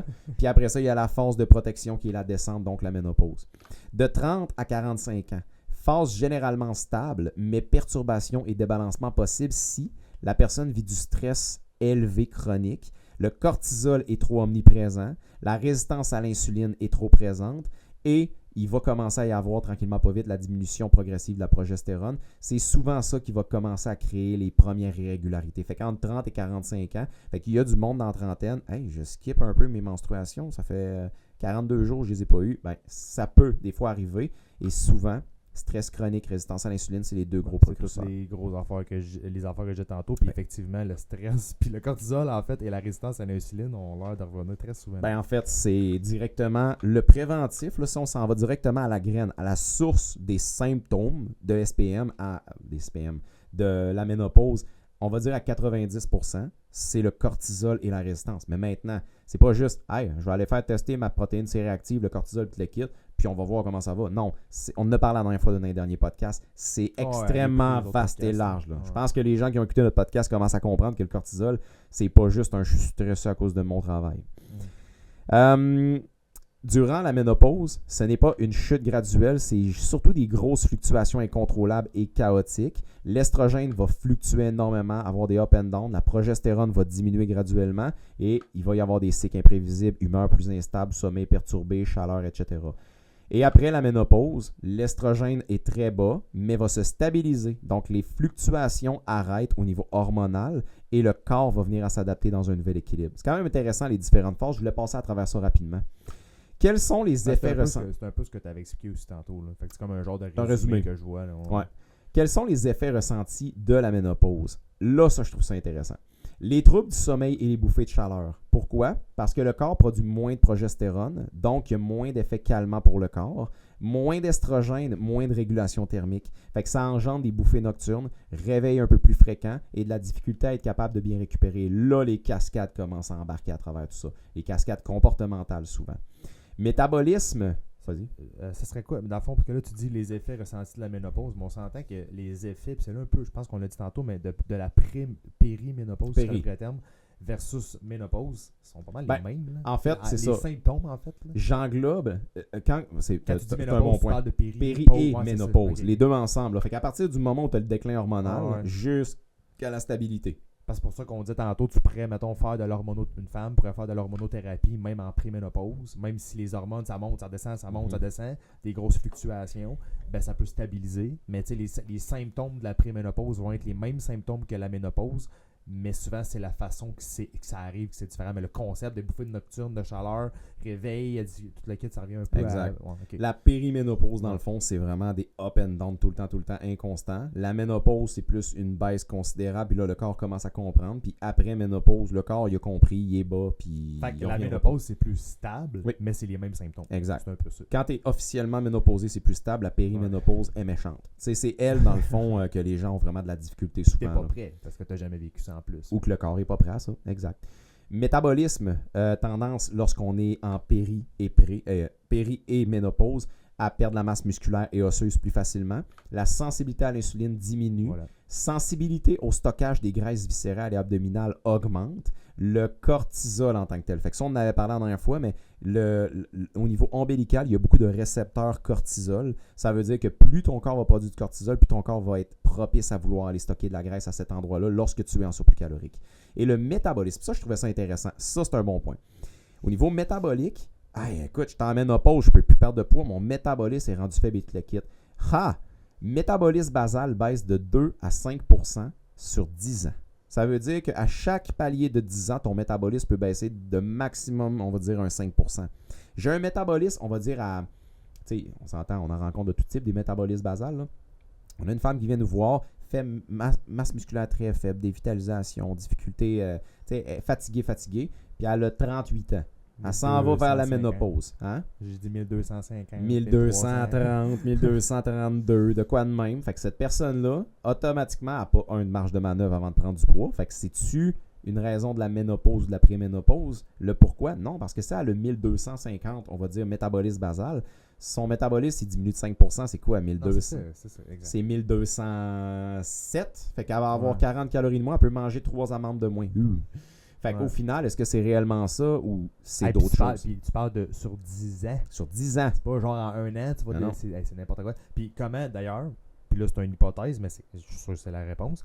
Qu'est-ce qui fait que c'est plus 2 versus 5 ou pas? Puis tantôt tu as dit 5% maximum, je suis convaincu que ça peut être plus que ça. Puis je suis convaincu aussi que ça peut être moins que 2%. D'après moi, c'est une moyenne, c'est la masse musculaire. Exactement. Parce que si tu bâtis du muscle et tu as une masse musculaire qui est plus grande, ton métabolisme basal va pas tant réduire, mais si tu fais rien et tu es inactif, c'est là que tu le vois. Là. Et voilà. Merci Sam. Écoute, c'est littéralement résistance à l'insuline, cortisol, inactivité physique. Et voilà, tu viens de répondre à la question. Ça revient souvent là, dans tout le podcast. Chaque point, il y a tout le temps ça. Ouais. Système sexuel, tendance plus facile à la sécheresse vaginale, baisse de libido et de désir marqué en raison de la diminution de l'estrogène et perception, puis ça je l'entends beaucoup, perception personnelle souvent plus difficile, psychologique et physique. Pourquoi? Parce que je l'ai dit, le corps n'est plus dans un état de procréation. Je pense que je l'ai eu là. Il n'est plus dans un état de procréation, il est dans un état de survie. Et là, la survie, qu'est-ce que c'est? Ton corps, l'instinct de survie ou on va dire l'espérance de vie qu'il y a, énergétiquement, si tu es sur une île déserte, c'est les réserves adipeuses que tu as autour de toi. Fait que si le corps se met en survie, il va activer des voies pour être capable d'accumuler plus de gras. Le gras gagne autour de vous autres. On s'entend, il y a un surplus de gras qui peut être très nocif pour l'organisme, mais Sam, tu as déjà été à 1% de gras. Je te mets sur une île déserte pendant... Non, à 1%, un niveau de gras viscéral. 1% de gras. Tu as déjà été genre à 7-8% de gras. Ouais. Tu te prends à 7% de gras, on s'en va sur une île déserte, je suis à 14%. Je meurs avant toi. Tu meurs avant moi parce que tu n'as pas de réserve énergétique sous forme de graisse. Ouais. C'est de la survie.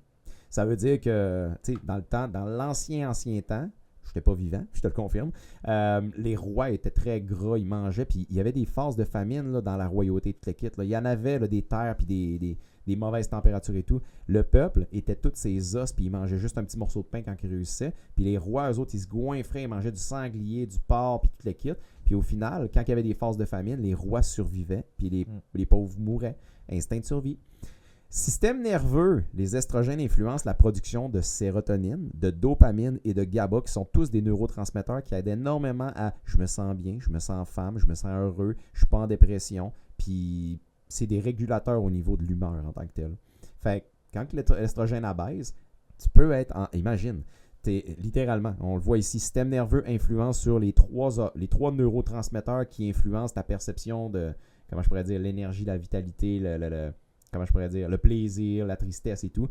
t'es en pleine périménopause, puis une journée ou 3 jours en ligne, t'es super high, ça va bien. 3 jours plus tard, ouais, tu tombes quasiment bipolaire, là, c'est fou, mais... Ben, c'est ça. Ben, c'est... Ouais, le niveau de bipolarité... non, pas la bipolarité, mais je veux dire, même affaire quand les femmes sont menstruées. Oublie la ménopause, pense aux menstruations, c'est ça? C'est ça. Les grosses fluctuations au niveau estrogène, dopamine, sérotonine, GABA vont toutes changer, puis ils pleurent une journée, ils comprennent pas pourquoi. Même eux autres, ils savent, ils pleurent à rien. Ouais, on vous aime, mesdames, mais tu sais, c'est ça, c'est hormonal.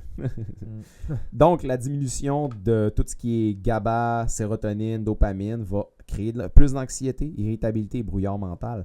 Quand même, hein, tu sais, si on regarde ça à la ménopause, là, moi, j'étais comme, bon, la madame est au téléphone, est en train de mettre tout sur le dos de la ménopause. Je comprends, mais t'es-tu en déficit calorique? Tu bouges-tu? La science reste la science. C'est prouvé, tu peux perdre du poids. Mais... Christy, je rencontre une femme de 19 ans en plein pic hormonal qui est tout le temps sur le high, qui est disciplinée, qui est motivée, qui se trouve belle, qui est à la chasse tout le temps puis qui est prête à faire 20 000 pas pour aller se trouver un homme, versus une madame de 60 ans qui n'a plus le but de se trouver un homme. Elle marche 4 000 pas parce que c'est plus pareil. Puis c'est deux profils complètement différents quand tu vois ça de même, là. Les stratégies qui fonctionnent. Qu'est-ce qui se passe quand une femme de 60 ans, post-ménopause, tombe célibataire? On appelle ça une cougar. Ça chasse, mais au moins elle peut plus tomber enceinte. Fait qu'elle peut chasser en liberté, on va dire. Les stratégies qui fonctionnent pour la gestion des symptômes de la ménopause. Ah, ça, j'adore ça. Fait que c'est ça, le podcast est terminé. Merci, gang. Tantôt, je vois musculation. Je t'avais posé la question, est-ce qu'elle faisait de la musculation ta cliente au début? Là? Tu m'as donné un exemple, tu as dit non. Ben, ça joue, justement, explique-le. Ça joue un rôle majeur.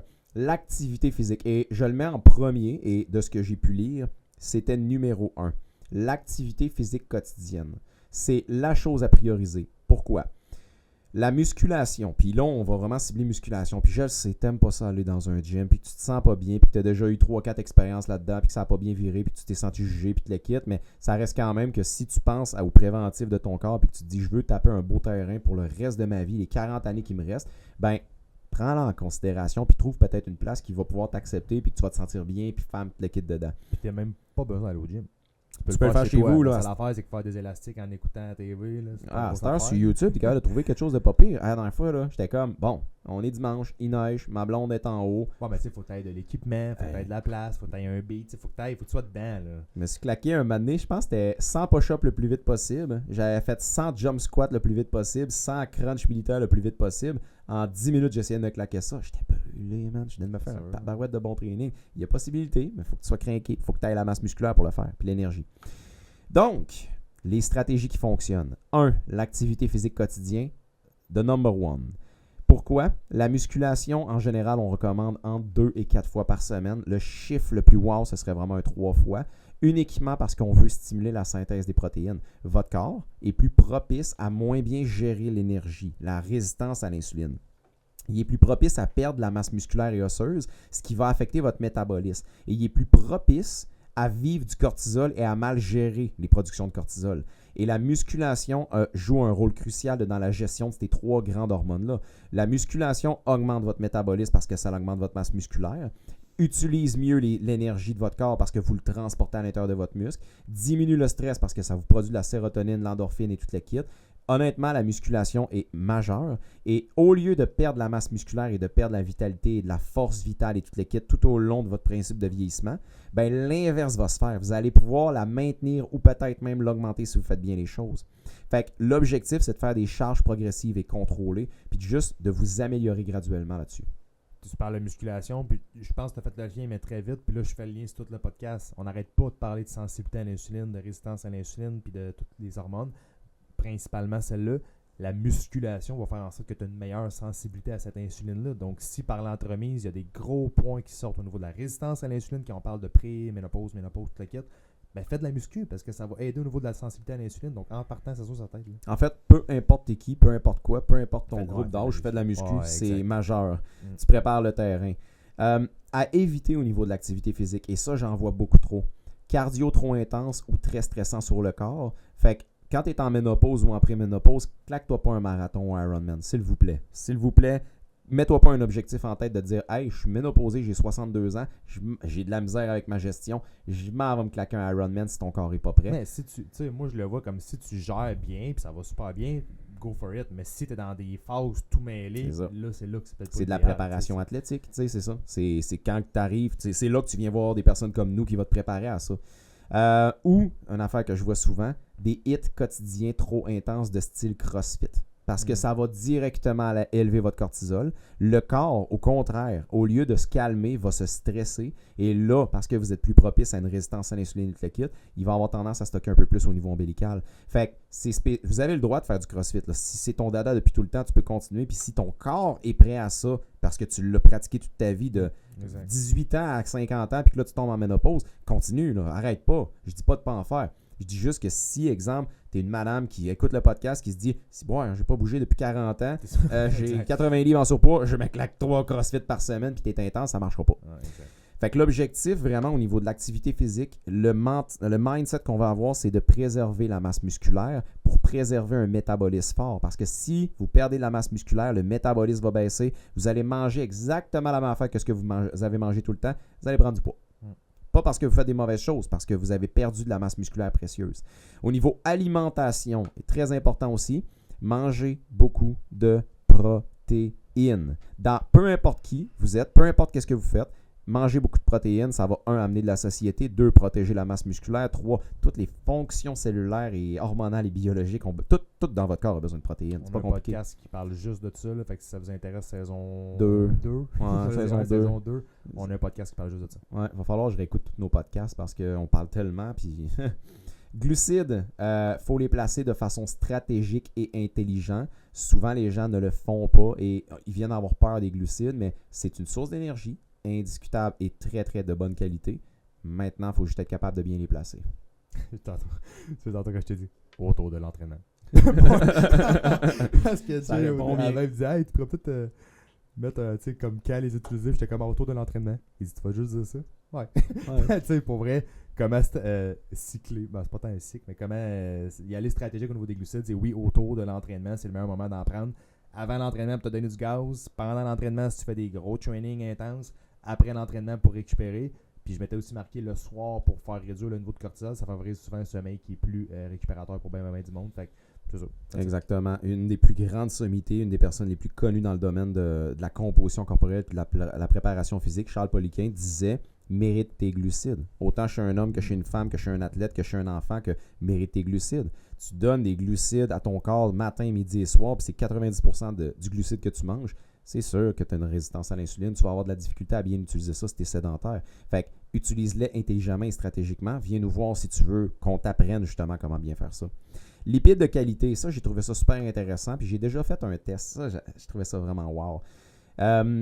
J'ai une personne que je connais qui s'était collé un glucomètre sur le bras pour calculer, dans le fond, les fluctuations de son glucose tout au long de sa journée. Puis dans le fond, le glucomètre, tu peux acheter ça en pharmacie, tu le testes sur toi, tu as une application, puis ça le traque en temps réel. Dès que tu manges quelque chose, hop, tu vois un spike. Dès que tu manges pas pendant un bout, hop, tu vois une drop. Fait que tu peux voir la fluctuation glycémique. Et ce que j'ai trouvé méga, giga, ultra, vraiment intéressant, c'est que cette personne-là avait mangé genre de la crème glacée, un bon spike glycémique, une petite diminution, fait qu'en bas de sa normalité, puis après 12-24 heures, ça se stabilisait. Ça veut dire qu'il n'y avait pas vraiment d'impact tant que ça, en tout cas dans son cas, qui est quand même en bonne santé métabolique, ça n'avait pas tant d'impact sur le glucose à jeun le matin. Ça revenait au même, ça se stabilisait. La friture, quand elle en a mangé, elle a mangé toute qu'une volée. Elle s'est rendue compte que la friture, qu'est-ce qui va se passer? Puis ça, peut-être qu'il y a du monde qui écoute le podcast qui vont déjà avoir entendu parler de ça, mais il existe dans le fond un ratio oméga 3, oméga 6 qu'on doit avoir dans le corps. C'est généralement un ratio de 1/4. Et le ratio actuel canadien, selon plusieurs études et toute l'équipe, serait de 1/28, 1/32. Puis ça crée des grosses cascades ultra inflammatoires dans le corps, puis de l'inflammation chronique et systémique. Et les personnes sont constamment dans des réactions inflammatoires, que ce soit au niveau lymphatique, que ce soit au niveau cellulaire, nerveux, etc., sont constamment dans de la grosse inflammation. Et c'est un des gros points majeurs, le ratio oméga 3, oméga 6. Et ce qu'on avait remarqué de ce glucomètre, c'est au niveau de la sensibilité à l'insuline, la capacité à pouvoir bien gérer le sucre et toute l'équipe, l'énergie. Lorsqu'elle avait mangé de la friture, elle avait été pendant environ 5 à 6 jours complètement instable. Sa glycémie à jeun tournait aux alentours d'un 5.3, 5.4, ce qui est considérablement bon. Boum! Pendant une semaine, elle était passée à 6, 6.1. Ce qu'on n'avait pas vu avec du sucre pur, avec des aliments ultra transformés. Mais la friture, le temps que le corps soit capable de réguler ce niveau inflammatoire-là, c'était une semaine de temps. Ce qui veut dire que si tu manges régulièrement de la friture, surtout en phase de ménopause, des corps gras extrêmement transformés, raffinés ou vraiment surchauffés, les pics inflammatoires que ça va engendrer sont majeurs et ça, tu vas embarquer dans des cascades, mais pas « Hey, je m'en vais dormir puis demain, ça va être une meilleure journée ». Non, ça va déstabiliser ton système inflammatoire et donc ton système hormonal pendant probablement une bonne semaine. J'avais trouvé ça vraiment intéressant comme test, ça. Au niveau alimentation et mode de vie, fait que des lipides de bonne qualité et éviter le plus possible les huiles ultra raffinées, surchauffées, fritures, etc. C'est la pire chose, honnêtement. Déficit calorique modéré si vous voulez une perte de poids. N'allez pas accoter votre métabolisme basal. Faites en sorte de faire ça intelligemment. Sinon, équilibre métabolique, vous mangez pile poil par rapport à votre métabolisme total et vous restez sur cette vague-là puis dépensez plus d'énergie si vous voulez. Et, extrêmement important, on évite un déficit métabolique. On évite de manger en bas du métabolisme basal. C'est beaucoup trop stressant pour le corps. Le cortisol va se sécréter, le corps va se mettre en shutdown, puis après ça, vous allez avoir des cascades de tout type, tous côtés. Fait qu'on essaye d'éviter le plus possible toutes ces grosses cascades, cortisol, insuline et toutes les kits là. T'avais-tu un point à dire là-dessus, Sam, avant que... De la section 5, ouais. Faites un beau résumé. Dernière section, les habitudes à développer avant, pendant et après la ménopause. Et ça, c'est des choses qu'on met en application en clinique avec nos clients, puis qu'on fait des mentorats autour de ça. C'est notre travail en soi. Puis juste la méthode Phoenix, ça pourrait être vraiment un produit qui pourrait amplement combler vos besoins parce que la méthode Phoenix est conçue pour diminuer le cortisol ou en tout cas mieux gérer le cortisol, améliorer la sensibilité à l'insuline, créer un déficit calorique intelligent puis de faire en sorte que vous avez toutes les vitamines, minéraux, nutriments que vous avez besoin pour être fonctionnel, autant chez la femme que chez l'homme. Fait que c'est vraiment bien fait. Fait que ça pourrait faire la job, mais si vous voulez vraiment du one-on-one, mentorat privé all the way, on va tout vous apprendre ça puis structurer ça avec vous autres. Fait que c'est ça, les habitudes à développer avant, pendant et après. Avant, on veut construire de la masse musculaire, on veut apprendre à gérer notre stress, le cortisol, et on veut surtout stabiliser la glycémie. Fait que dans le fond, c'est simple. Ne perdez pas de masse musculaire, ne vivez pas surplus de stress, puis ne mettez pas de l'instabilité dans votre glycémie. C'est les 3 grands précurseurs de... Ouais, ça revient à ce qu'on disait tantôt. Depuis c'est tantôt. La masse musculaire, la sensibilité à l'insuline, puis le cortisol. Et voilà, c'est carrément ça. Fait que je pense que c'est le résumé de ce que vous allez pouvoir en faire du podcast. Et j'ai une note ici, puis que j'ai trouvé ça super intéressant. C'était une quote dans le fond que j'ai lu, mais l'état que vous laisserez votre corps avant la ménopause sera déterminant sur l'intensité de vos symptômes et de votre inconfort pendant la ménopause. Fait que c'est wow ça. C'est si vous êtes engorgé, votre corps est intoxiqué, que vous avez un surplus de poids, que vous savez qu'il y a des choses qui doivent être optimisées et changées dans votre corps, si vous vous embarquez dans la ménopause là-dessus, les symptômes devraient être plus grands. Fait que ça se prépare encore une fois. Il faut préparer le corps à la ménopause, ce que très peu de gens font. Et malheureusement, il est souvent trop tard quand les gens viennent nous voir. Pendant la ménopause... Pas trop tard, mais... ils sont en plein d'un symptôme. C'est plus dur, mettons. C'est ça. Tu sais, en fait, même je dirais...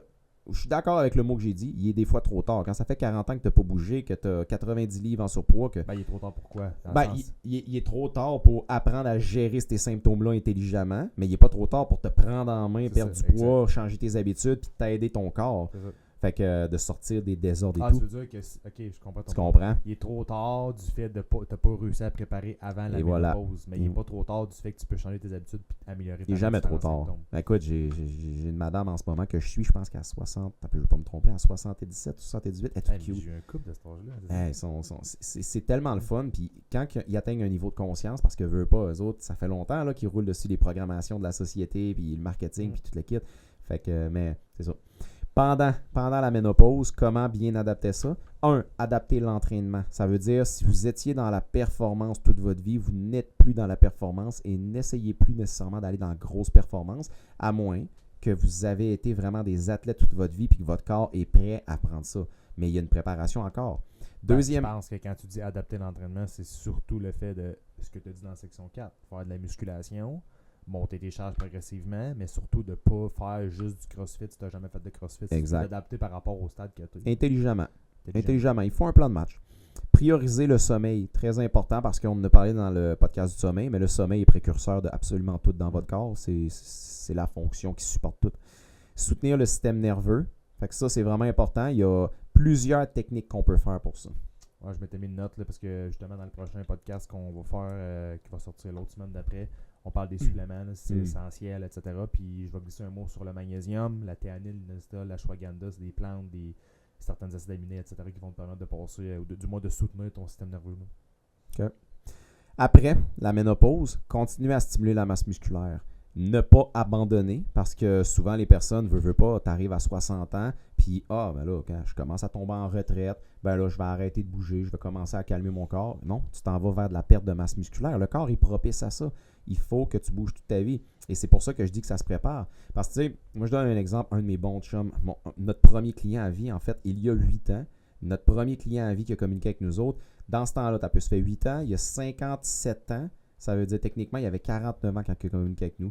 Puis il s'entraîne depuis qu'il a à peu près 16-17 ans. Il n'a jamais arrêté. Il y a des fois des 1 mois qui arrêtent, mais chaque année, il s'est toujours entraîné musculairement. Puis le bonhomme, là, il arrive dans la soixantaine, puis il a du 130% de masse musculaire. Il a des pecs, il a ses abdos. Écoute, il est en forme, là. Puis je le regarde, puis je disais à plusieurs reprises, puis c'est rendu un de mes bons chums, je veux être comme toi plus tard. Puis il m'a dit, t'es pas mal déjà bien parti parce que tu t'entraînes depuis que tu as 16 ans, tu fais exactement le même trajet que moi, mais avec plus de conscience alimentaire.